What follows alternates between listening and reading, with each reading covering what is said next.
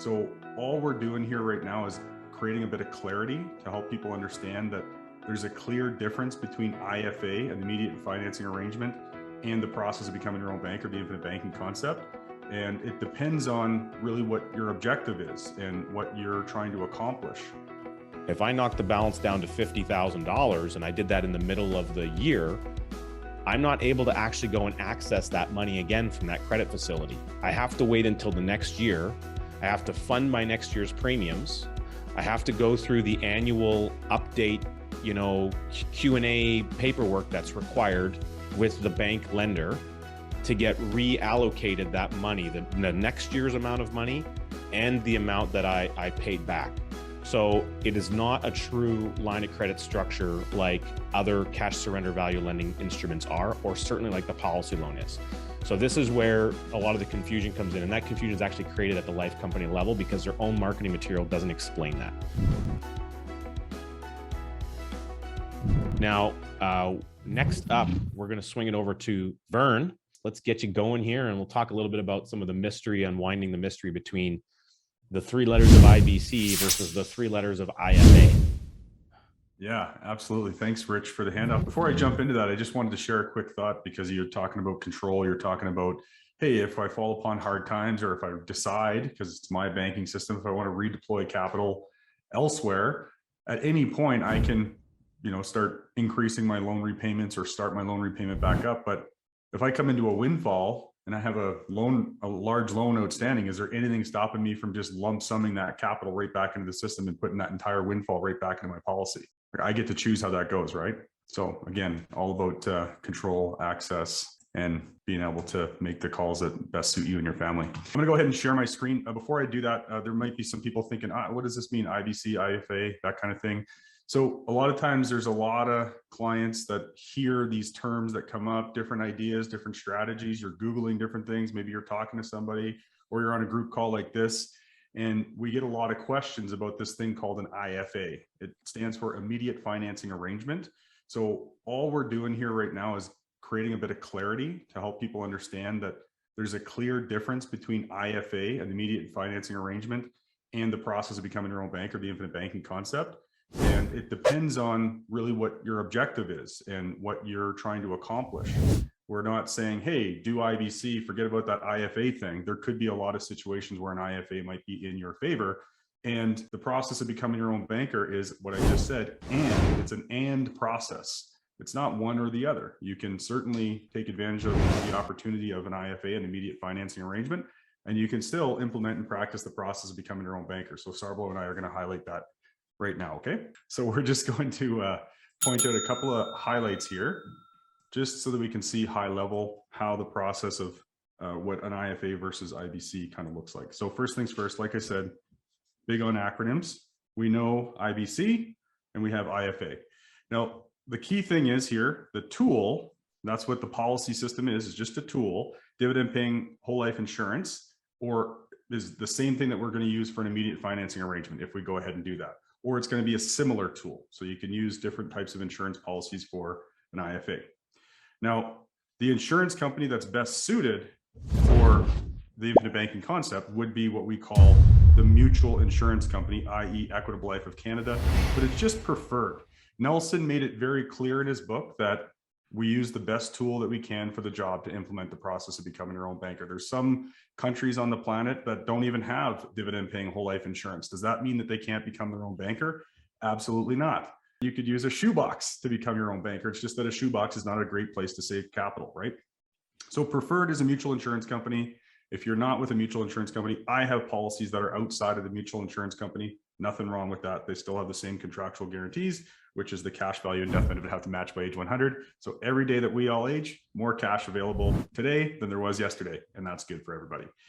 IFA, it could be any company with the right product. It has to be the right tool to qualify for the IFA. So the loan type for a policy or for the process of becoming your own bank, the infinite banking concept, it's going to come directly from the insurance company, and it's unstructured. That means that you're in control. You get to decide how that loan's going to get repaid, and that's up to you to be the responsible banker. Whereas with the IFA, the loan's going to be a secured line of credit I don't think it's out of line to say, much, if you think about much like a home equity line of credit, right? There's an asset there. There's something with value.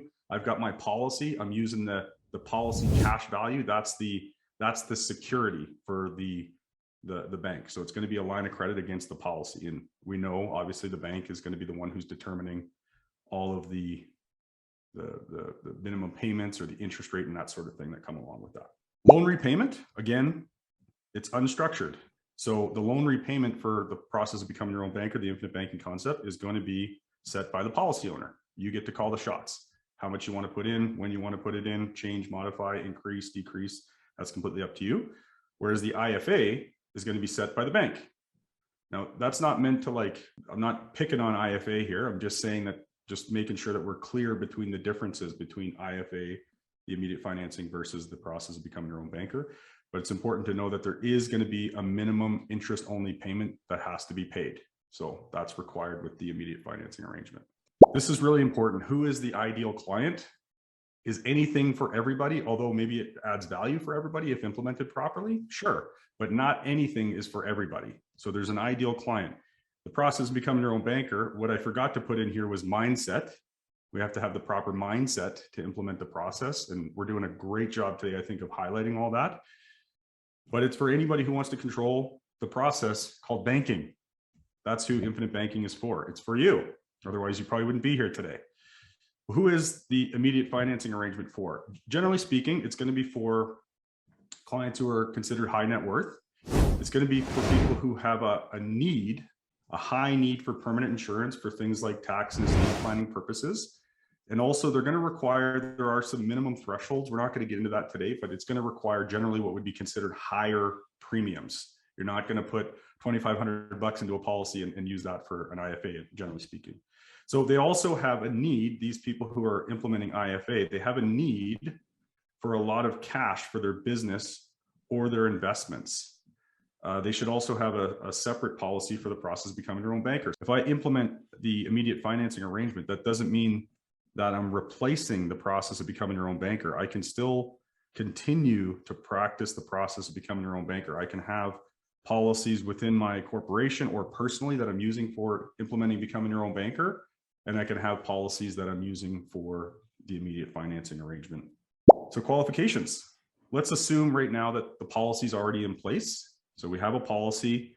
Obviously, if we want to access a policy loan, yeah, pretty simple process. Again, show of hands, fairly straightforward. Now, the IFA, the immediate financing arrangement, there's going to be some additional steps that are required, some things that you need to do. There's going to be financial qualification. We've all been through that, a similar process. It can be, somewhat involved. There may be fees involved. There's going to be a minimum fee that is generally around $2,000. The initial startup fees. And there could be ongoing fees required as well, and could be additional interest payments. So just, again, understanding how that works, but there are some added advantages that come with it as well. Vern, again, nothing against IFA. I think it's a great strategy for a very specific purpose. For sure. But, it involves the use of bank, and there's two ways banks usually make money. If you open up banks' financial statements, you'll see two ways. Interest payments, and what's the other one? Loans. Fees, yeah, right. Absolutely. Yeah, no kidding. Thanks, Sarblo. But again, like Sarblo said, it's all about the right fit, right? There's tax advantages. There are some situations for potentially business owners or in general that the IFA, the interest could be attractive to somebody. So you can have the interest on the bank loan is going to be deductible, and there can also be a portion of the premium that will be tax deductible when you implement the IFA. Now, loan availability, I want to point something out about this that I think is super powerful. We know that we can access up to 90% of the total cash value from our policy system anytime that we ask for it. The life insurance companies contractually bound to loan us that money. Now, with the IFA, you can borrow up to 90% of the total cash value. And in some cases, it's 100% of the total cash surrender value. What I want to point out about that is, again, I'm not saying, hey, a whole life policy or that tool and nothing else, do buy whole life policies and don't buy real estate. I'm not saying that. Okay. That's not what I'm saying. I'm just pointing out, if you look at the strength of the tool, the actual asset, we all know that if you had a mortgage-free home and you use that as collateral and you were able to qualify at the bank for whatever that house is worth on paper, they're not going to loan you 90 or 100% of the value of that home, the value of that asset, as an example. So this kind of speaks to banks know something that a lot of people walking out there don't know.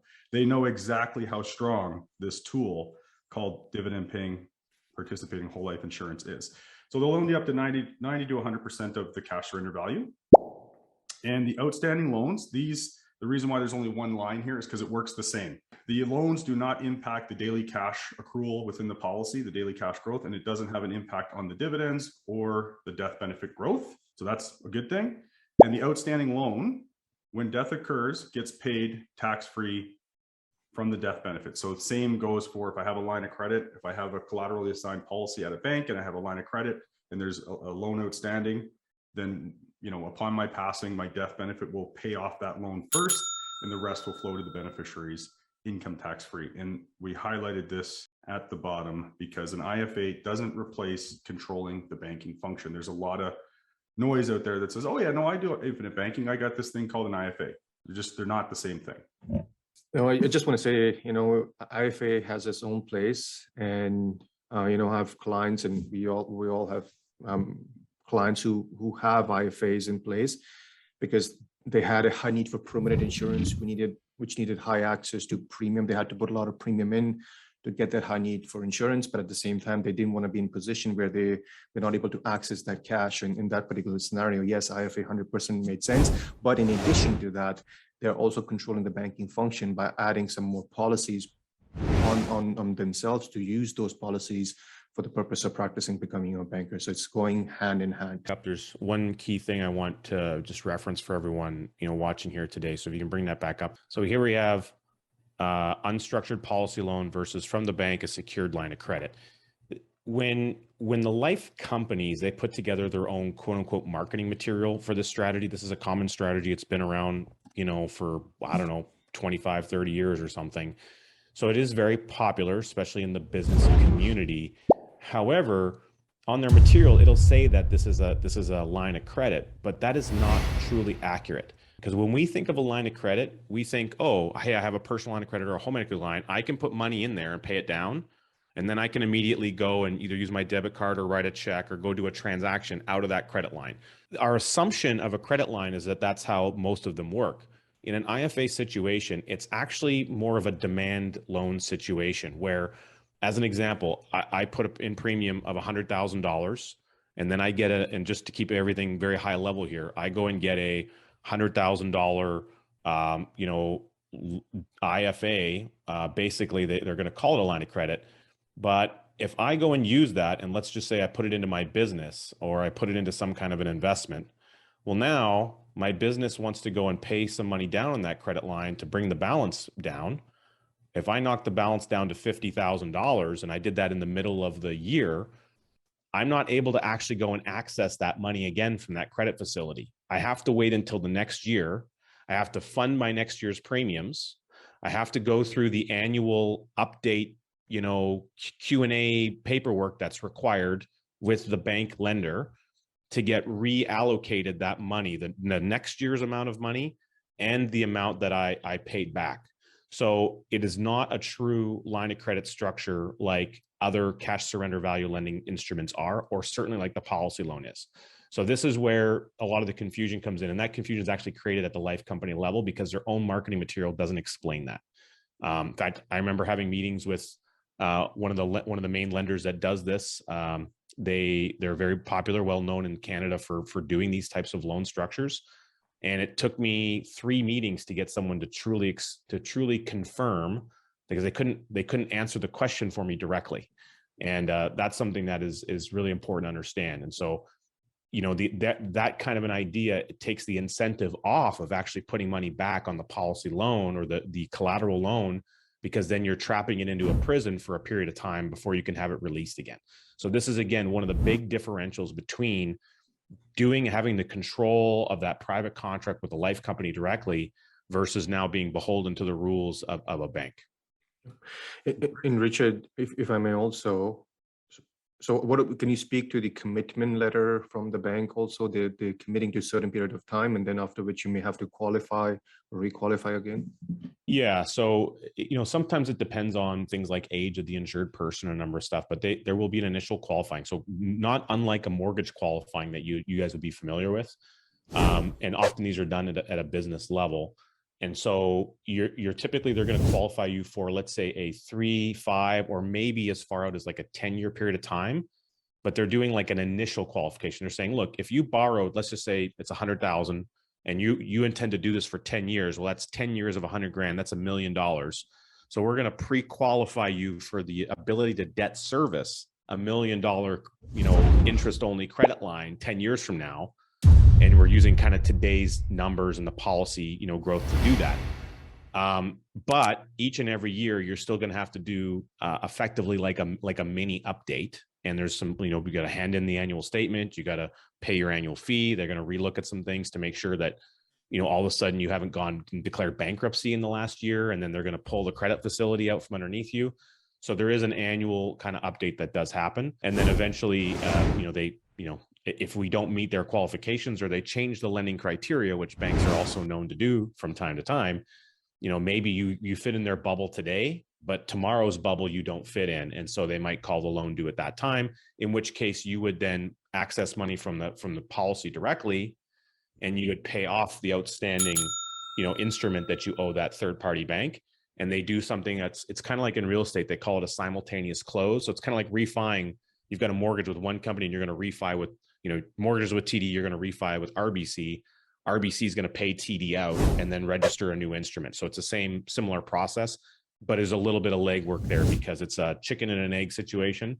And the banks doesn't want to release their assignment of collateral until they have the funds in place, essentially. I don't know if I captured your question, Sarblo, effectively. And you did. That's good. And then there's also selective banks who actually understand the power of IFA. So again, don't do this alone. Use us. We have a great relationship with accountants who actually help us facilitate all this also from tax planning standpoint. That's why, as Vern mentioned, this is ideally suited for someone who's got high cash flow, but at the same time, they want access to that capital, but they also have a high need for tax planning from a state tax purposes. I want to honor and respect the time that we allotted for today, and everyone, you committed to be here. So we want to honor that time.